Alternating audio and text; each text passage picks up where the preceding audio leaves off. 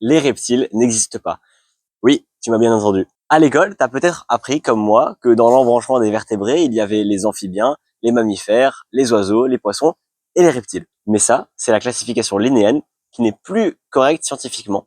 Aujourd'hui, on pourra plus parler de reptiles, mais on parlera séparément de crocodiliens, de lépidosauriens, donc les lézards et les serpents, et de chéloniens, donc comme Clyde. D'ailleurs, je vais le poser dans son enclos.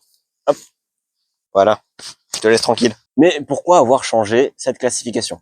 Parce qu'en fait, les reptiles partagent un ancêtre commun avec les oiseaux. Et surtout, les oiseaux sont apparus plus tard dans l'évolution et descendent d'une lignée de reptiles. En fait, ils partagent un ancêtre commun plus récent avec les crocodiliens qu'avec les autres reptiles. Ce qui fait des reptiles un groupe paraphylétique, c'est-à-dire un groupe d'animaux dont on parle dans le langage courant, mais qui n'est pas un vrai taxon. C'est un groupe qui ne reprend pas tous les descendants d'un même ancêtre commun.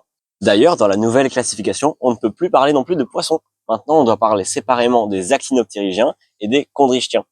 Mais ça, je vous en parle davantage dans une prochaine vidéo. Et c'est pour ça que